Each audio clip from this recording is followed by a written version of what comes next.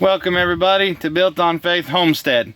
Today we're going to show you our greenhouse.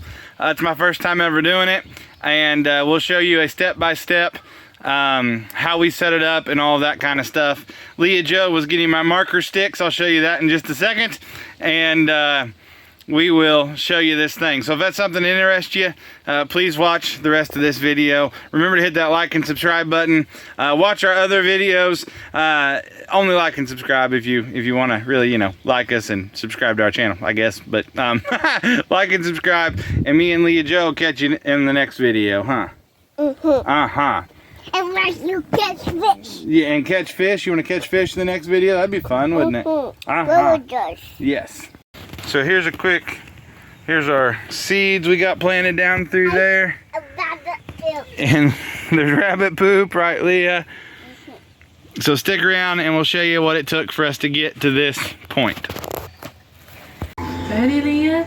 Jesus loves me. Jesus loves me. The Bible tells me so. Little ones to him belong. They are weak, but he is strong.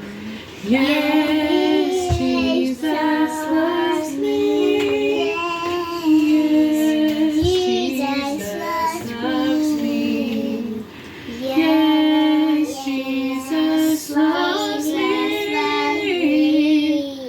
For the Bible tells me so. Yay!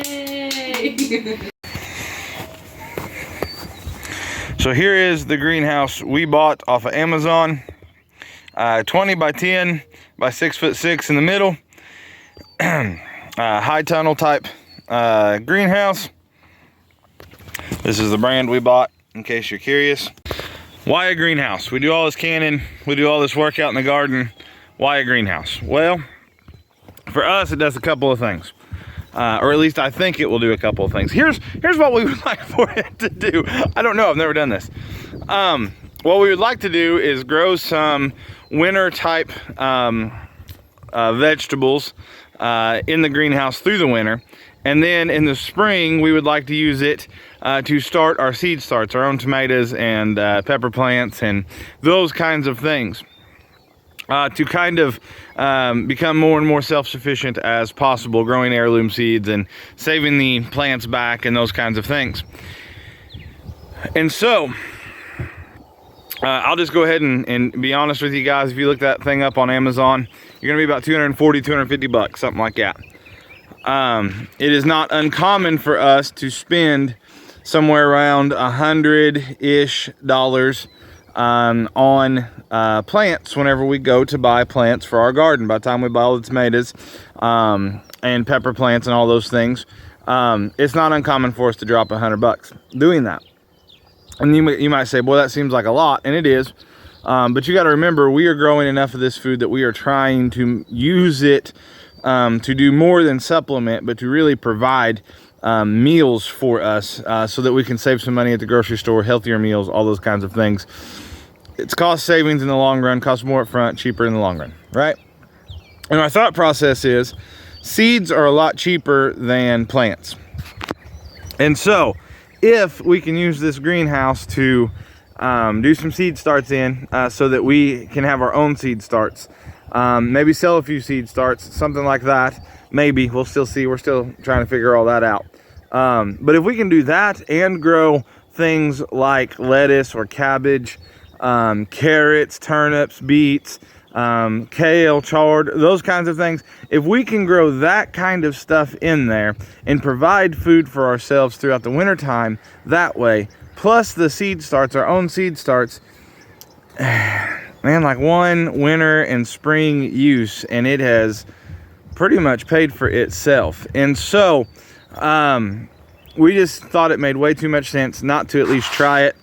This is not my wheelhouse. I have really no idea what I'm doing, but we will do the best we can. Not having any idea what I'm doing has never stopped me before. Right? And so we'll kind of show you the plans here, the general plans. So just for a point of reference here, I kind of marked it out with some rocks. They're really hard for you guys to see here. But 1 rock, 2 rock, 3 rock. There's a 4th one right there. Just laying out. It's about a 10 by 20 greenhouse. So that is the area that is laid out. My plan is to get on my tractor and get on my disc and disc up this area where the greenhouse is going to go. I'm trying to not spend a bunch of money on topsoil. So my plan is to disc it up and then rake all the dirt to the sides to build raised beds down the sides of the greenhouse is kind of my thoughts. So just to show you guys kind of what I've done, I walked off that 10 by 20, right, marked it with the rocks, and then I disced it up, and all I did really was just tore it up good. And I raked the edges back, and now I'm gonna try to get the, my plan is to get the greenhouse put in place, and then rake all of the loose dirt around the inside of the greenhouse in such a way that I can use the sides of the greenhouse like a winter garden, and the middle of the greenhouse will eventually have some tables set up or something so that we can raise our seedlings in it. That's just kind of the plan. We'll see what happens, but we'll keep working on it here. Just wanted to show you kind of a step-by-step as we go. So here is our framework put up. Very, very simple. Show you guys, it's just got these little push pin pieces. Each one of the bars is marked, right? Each one of the fittings is marked. And so it just makes it super simple to work your way down through here, get it all pushed together. Didn't take no time at all, hardly. You need 0 building experience, just a little bit of common sense. We'll show you the instructions here. I don't know if you can see it very good or not, but the instructions have got each bar with its corresponding letter that's on the bar, and you just connect them together. Makes it nice and simple. So now my thought process is I'm probably going to anchor it down, and it comes with like tent spikes to anchor each one of the parts that touch the ground to anchor it down.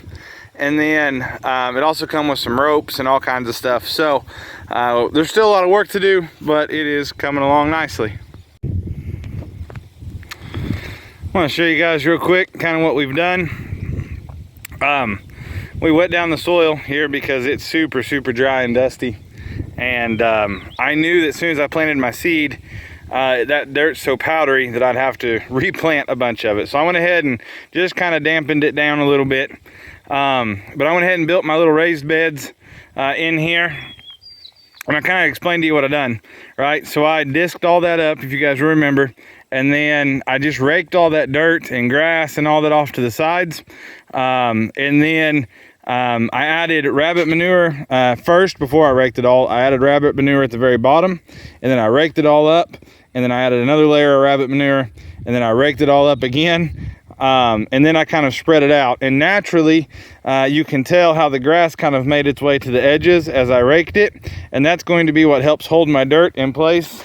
As you can tell here, that dead grass, as it decomposes, it'll eventually fall down, but it's okay just the way it is right now. It's the same way on the outside of the raised bed. Now, these raised beds aren't super deep, but they don't need to be. If you remember, with things like cabbage and kale and Swiss chard and even the turnips and the carrots and those kinds of things, they don't need to be super, super deep, right?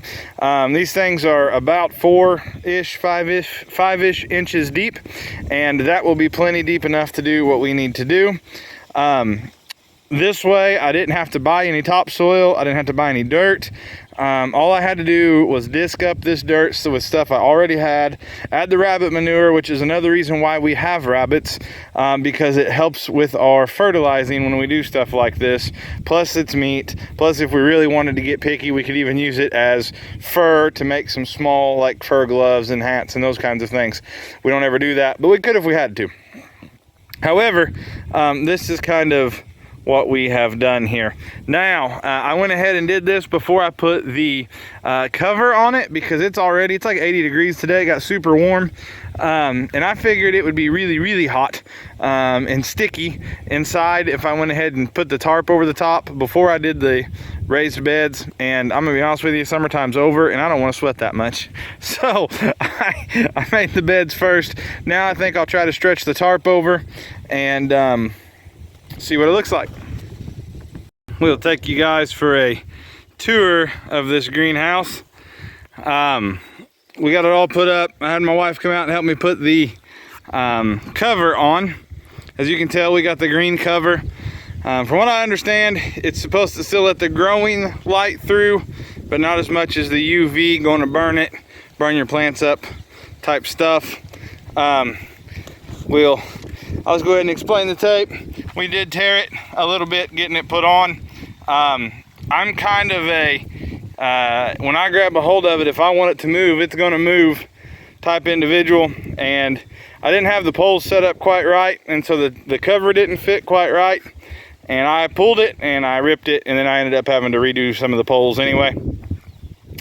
As you can tell, just cinder blocks, rocks, anything I could find to put along the bottom. I like the way the bottom of this folds down, and then you can put those blocks on there to help hold it down, help hold your cover down, and the water, the rain, the snow, any of that kind of stuff should run down the side of the thing. Obviously, it didn't take me long to figure out we needed the windows up.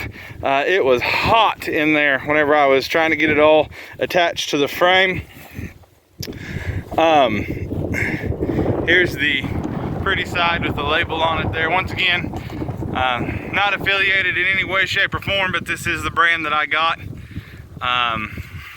Here's the other door. It's got big doors on both sides, plus window vents. More and more stuff. These are some extra quick creep bags that I had that I just let set out because I knew they would come in handy one of these days. Extra truck parts, anything you can get to hold the thing down. So remember that this one is 10 by 20 by 6'6" tall. So I'll bring you in here. Here's our raised beds on both sides. That's where we're gonna grow our winter veggies at, down through here. Remembering also that we canned a bunch of vegetables, and so I don't have to supply every ounce of food we're gonna eat out of here.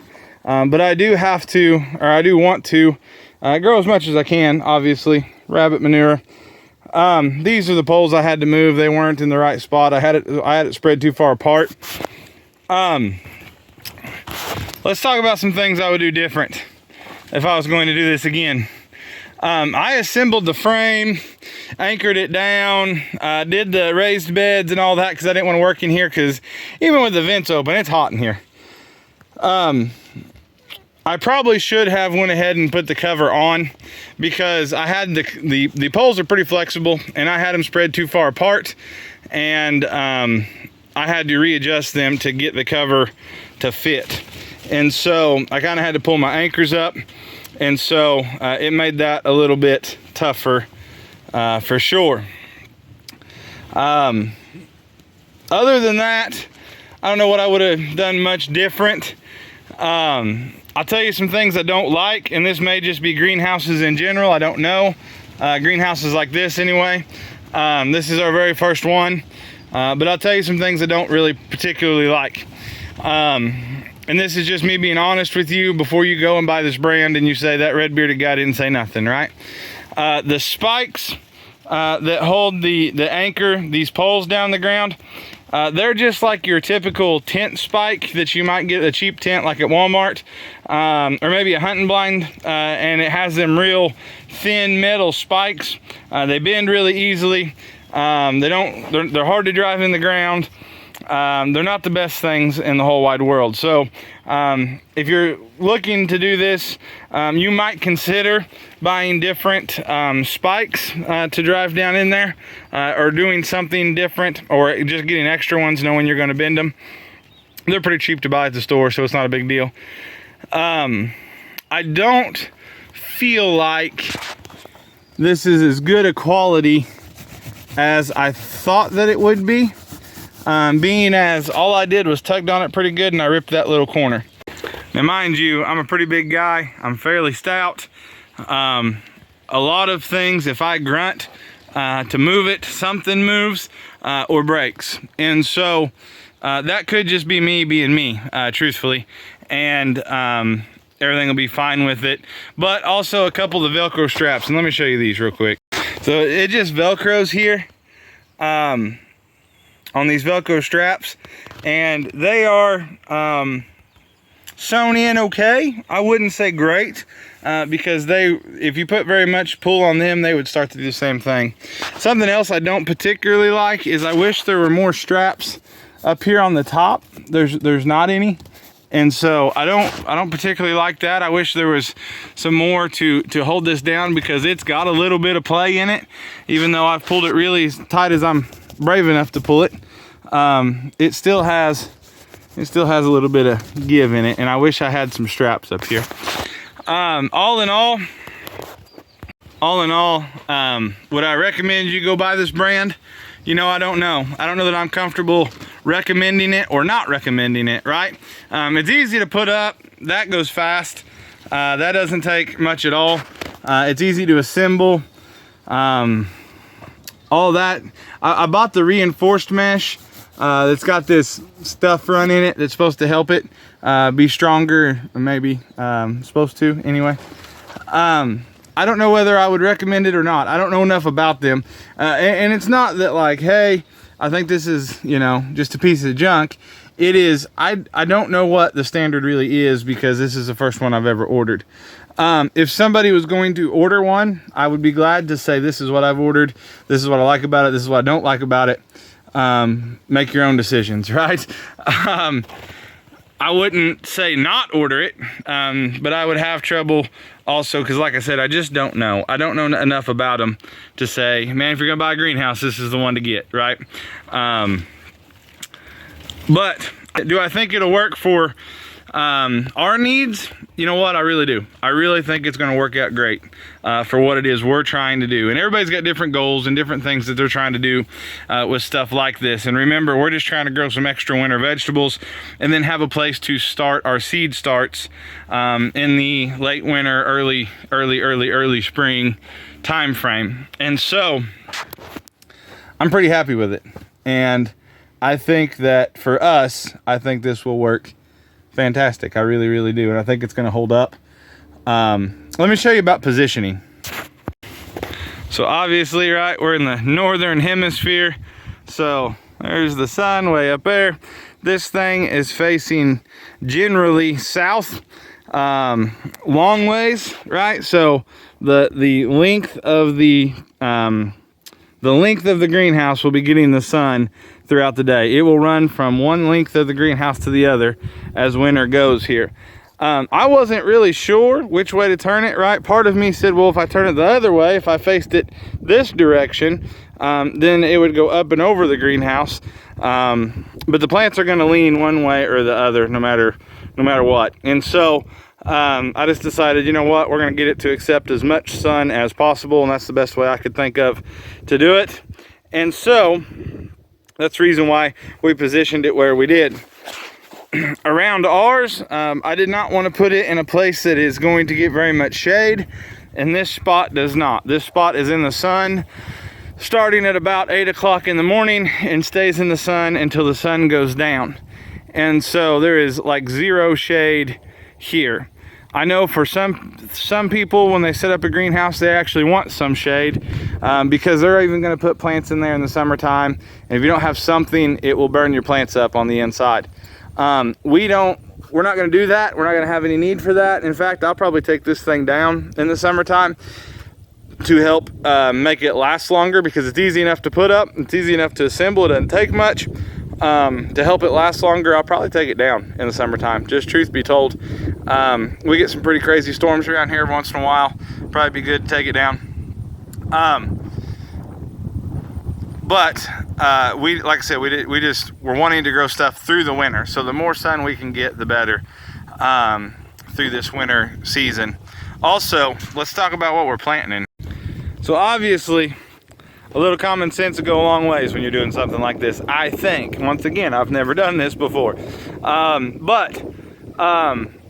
I'm not gonna try to grow tomatoes and cucumbers and those kinds of things, right? I'm gonna try to grow cabbage and winter lettuce and Swiss chard and kale and turnips and beets and those kinds of carrots that will do good. So this thing's going to warm up during the day. I have no doubt about that. I wouldn't be surprised if it's 20 degrees outside, if it's 70 or 80 in there. What's going to be the problem is at night, when it gets down to like 5 degrees, it's going to get freezing in there. And I need plants that can withstand that. And some of the plants that can withstand that are like the plants we just listed. They are early spring, late winter, winter hardy type plants. And so, also having those raised beds in contact with the ground is supposed to help with that warmth. Instead of having a container, from what I understand, those containers where the air can get all the way around it all the time at night, they'll freeze a lot more. It'll freeze the ground, freeze the roots, and then you're gonna have trouble. This here should not be able to do that. We should be able to keep the roots fairly thawed out. I think it'll get hot enough during the day in there that of an evening, even if it gets cold, it's not gonna freeze down very far into the dirt. And so that should be good. Also, I wanted it close to the house because I wanted to be able to use my water source that is right here at the house, because I'm gonna have to water it and I'm gonna have to drain the hose every single day that I water it, because it's going to be wintertime and that hose is going to freeze. And so trying to think ahead on some of that stuff. I've also thrown around some ideas for heating it now that it's up. I've got some ideas. I think I could take a barrel, like a steel barrel, make a little steel wood stove out of it. I could probably find a good way to vent that out without tearing anything up, where maybe early spring, late winter, if I want to get a head start on like our tomatoes and pepper plants and those kinds of things, where at night I could burn a fire in there and get it good and hot when the sun's not shining down on it. Or if I had a day where it was cloudy and going to be really cold all day long, which happens here. Missouri's a funny place. Sometimes in the wintertime, I have literally been in wind chills of -40 and seen people's mustaches and beards and eyelids trying to freeze. And then other winters, it's like lows in the 30s, highs in the 50s. And so you never really know kind of what we're like a box of chocolates around here, right? You never quite know what we're going to get. But once again, I do think this is going to work for us. It just made too much sense not to at least try it. And that's the other thing I want to mention, and I'm going to hush up and quit this video. When you think about doing something like this, and you visit with people about it, right? You're going to, and I think you should. I think you should talk with people and see what their thoughts are, right? You're going to hear all kinds of negative things, like, well, the wind's going to tear it up, or, a little bit of storm, or a little bit of whatever, and it's all going to get tore up. I'm going to say this. Maybe. That might happen. It may not work at all. We may fail tremendously bad at doing this. But if we don't try, and we don't put in an effort, and we don't say, you know what, let's try it. Let's see if it's gonna work. We live in a 14 by 32 shed, and there's a whole lot of people that look at that and say, no way would that work with 3 kids. But you know what, it's working and we love it. So sometimes you have to be willing to go against the grain and say, you know what, I'm gonna hear all of this information, I'm gonna do everything I can to help all of the negatives that I possibly can, but at the end of the day, you gotta take a chance. You gotta be willing to swing, right? If you're ever gonna hit a baseball, you have to swing. You can stand there all day and say, well, I could pull a muscle, or I might miss, or I might fall down, but you're never gonna hit the ball if you don't take a swing at it. And that is what this is for us this year, is we are stepping up to the plate and swinging and just doing the best we can to try to make it work. We appreciate you guys watching. Please stay tuned to other videos, and we'll catch you next time.